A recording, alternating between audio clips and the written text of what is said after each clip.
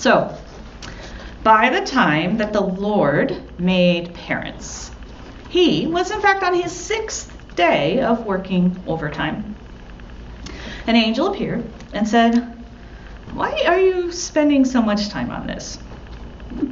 Well, the Lord answered, and he said, "Have you seen the spec sheet on these parent things? I mean, they have to be completely washable, but not plastic. They need to have something like 200 moving parts, ideally replaceable. They need to run on black coffee and leftovers. They need to be able to do at least 3 things at once while still listening for the sounds of distress, conflict, or mischief. They need to have a kiss or a hug that can cure anything from a scraped knee to a broken heart. And they need to have 6 pairs of hands." Well, the angel was astounded at the requirements for this one. 6 pairs of hands? No way, said the angel. Well, the Lord replied, "Oh, it's not the hands that are the problem. It's the 3 pairs of eyes. I mean, you need to have 1 pair to see through doors. You need to have another pair on the back of your head. And of course, the hardest ones are the ones that are right there on the front, because they need to give that look that says, 'I understand and love you,' without so much as uttering a single word." Well, then the angel noticed something. He reached out and touched the parent's cheek and said, "It looks like you have a leak with this model." "That's not a leak," the Lord objected. "That's called a tear." A tear is a parent's way of expressing joy and sorrow, disappointment, pain, loneliness, grief, and even pride. Well, at that, the angel was impressed. "You are a genius, Lord. This parent that you've created, they can do almost anything." Now, I bet you all didn't know that's how it really happened, right? Seriously, putting humorist Irma Bombeck's tongue-in-cheek aside with a little updating on my part, I'm going to ask anyone in here who's a parent or who has ever had a parent, does it sometimes feel like the expectations are a little high? Yeah. I mean, I'm a parent, and I definitely do not remember getting any sort of training or parenting credentialing program. Yet, with that first sound of a newborn's cry, parents are suddenly full-fledged parents. They're expected to care, nurture, guide, love, and they're expected to do it all with skill and dedication, and of course, hardly any sleep at the get-go, right? Now, parents want to be the best parents they can possibly be for this amazing little person that you've been entrusted with. And we just have to figure it out as we go along. Now, if any of you who are parents are like me, you embarked upon parenthood with this kind of crazy mix of anxiety and chaos and a lot of hope. So I wonder if this is how those disciples might have felt. I mean, one day they were just followers. I mean, they were followers of Jesus, and Jesus was the one doing the real work. Jesus was healing and teaching and challenging injustices. Jesus works miracles, and he spread the good news about the coming of God's kingdom.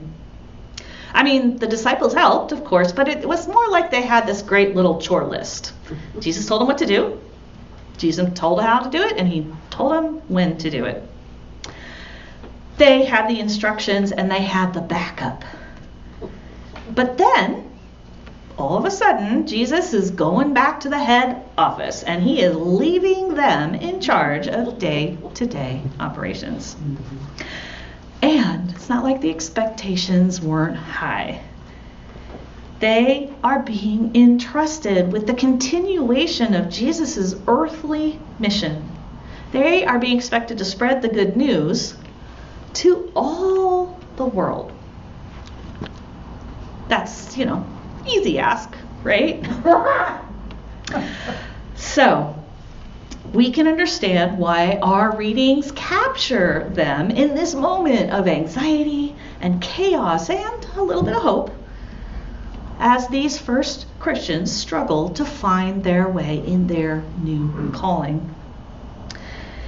So just like parents have this sort of unmistakable sign, something like a growing pregnancy or a progressing adoption process that lets them know that parenthood is right there on the horizon and that they better start getting ready. It's not like the disciples can say that Jesus didn't let them know. Today, we enter John's Gospel in the middle of perhaps what's known as the longest graduation speech of all time. It's the Last Supper, Jesus' final meal with his disciples. And I know everybody's thinking, hey, didn't we just have Easter last month? Didn't we already do the resurrection? But one of the great things about the lectionary is that there's so much stuff in the Gospel of John during the Last Supper, we couldn't possibly cover it all in Holy Week. And a lot of it is about what's coming after. And so we jump back to it in these last several Sundays of the season of Easter. Now, Jesus has told his disciples, I'm not going to be around very much longer. And he's told them what he expects of them when he's gone. He gave them this great sort of overarching commandment, love as I love you. And then he washed their feet, which is a perfect object lesson. This is what a servant leader looks like. Now go out and do that in all the world. But the disciples must have been a bit worried because they're still there firing questions left and right at Jesus. Where are you going? When are you going to be back? And how will we find you when that happens? It kind of reminds me of, I think people who are parents can identify with that. But every time you're trying to go out the door for a meeting or a trip to the grocery store, or sometimes if you're just going to the bathroom, right? And the kids are like, where are you going? When are you going to be back? And you say to them, don't worry, I will be back and it'll be fine. And here's what you do while you're waiting. But you know what? That answer never really got me off the hook with my kids. And the disciples, they're not letting Jesus off the hook either. So just before we enter the action in today's reading, Jesus has tried to give them the full explanation. The world may no longer see me, but I'm going to stay in touch with those who love me and those who know and keep my commandments. Well, Jude, here he's called Judas, but not the Iscariot, the notorious one. But sometimes we call him Jude. He's kind of like that smart and inquisitive kid who, sits right there in front in the children's minute and asks the really good question. He says to him, how, Jesus, will we be able to see you when the rest of the world won't? I mean, it's a good question, right? Jesus says, it works like this. When someone loves me, they recognize and follow my ways, which are really God's ways. And when someone refuses to love in this way that I've shown you, well, they are really refusing to see God and how God is working in the world. So essentially, they don't recognize me and my ways at all. Does that clear it up for you? It's kind of circular, right? Just took us right back to where it started. I had to read this several times over just to follow the logic in what Jesus is saying. But here's my thumbnail, I think. I think what Jesus is saying is that his way of loving is how we experience God with us. Literally, by doing it, we understand it. That's God making a home with us. If we don't try loving in this way of being a servant, we miss out on experiencing God.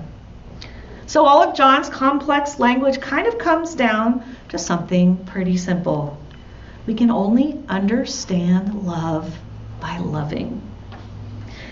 And that, I think, in a way also makes the point of why there just isn't a graduate credential program for parenting. You got to do it to learn it.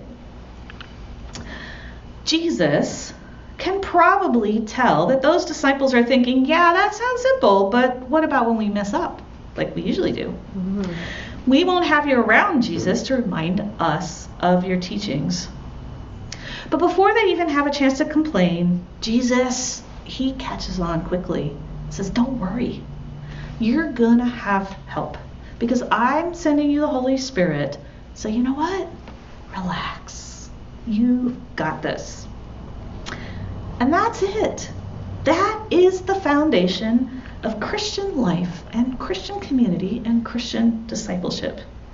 Because we are not just a bunch of folk getting together for a weekly meeting where we talk about what we could do or try to learn more or get better prepared.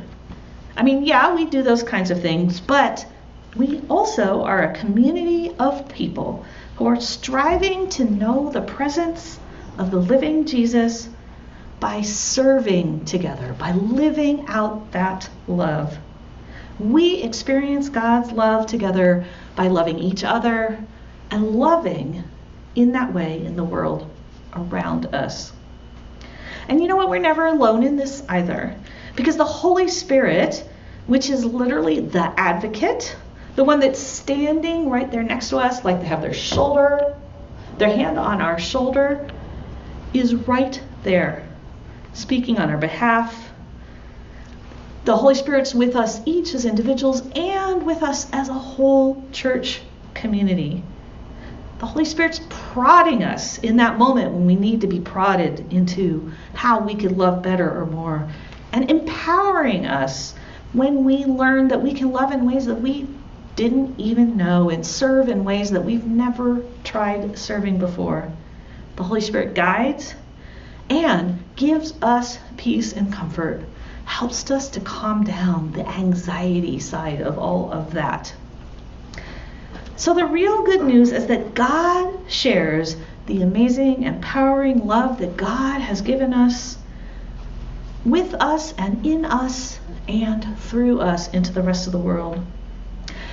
And that's amazing. That's good news that we cannot not share.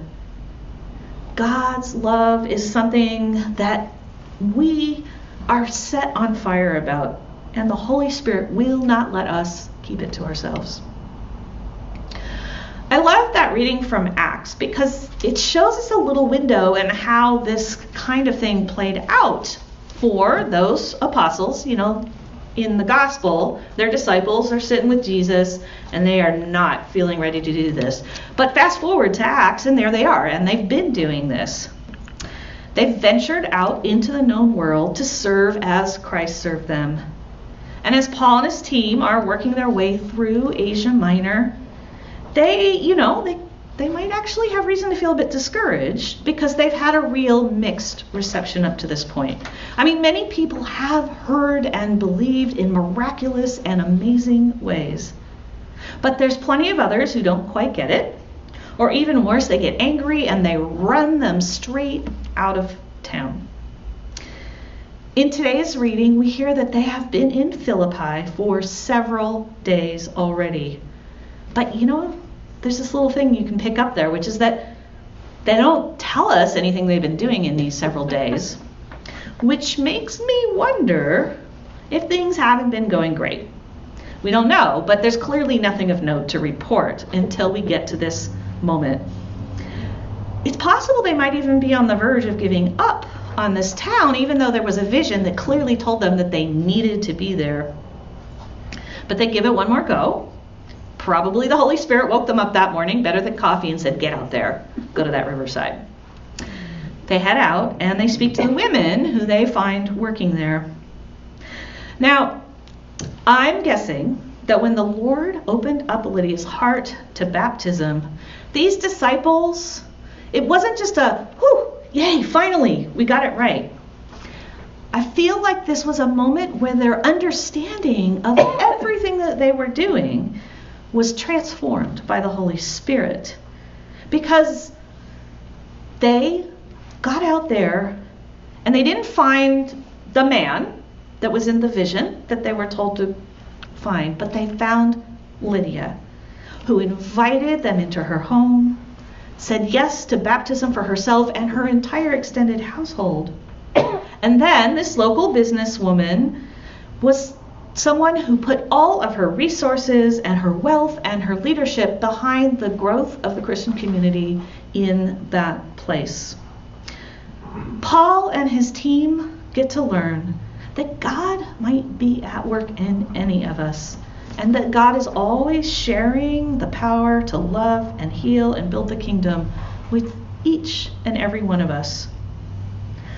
Our God is remaking all of creation, remaking it into his kingdom, making a permanent home with us, in us, and through us, and all around us. That's what that incredible vision that we heard from Revelations was all about. It's this vision of the world completely remade into a place where God's way of love reigns supreme. There's no need for city gates to be closed against attack or to protect God in any way. There's not like we need a guarded shrine. It's flowing in and flowing out, just like living water flooding forth into all of creation.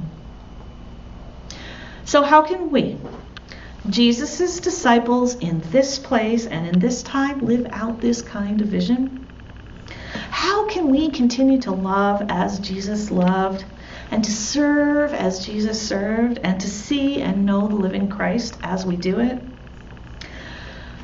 Our churches are called to have open doors, and our Christian communities have been filled with the light of Christ so that we can shine it forth, nurturing life and spreading healing everywhere. That's it. That's our call. So, do the expectations feel a bit high? They do.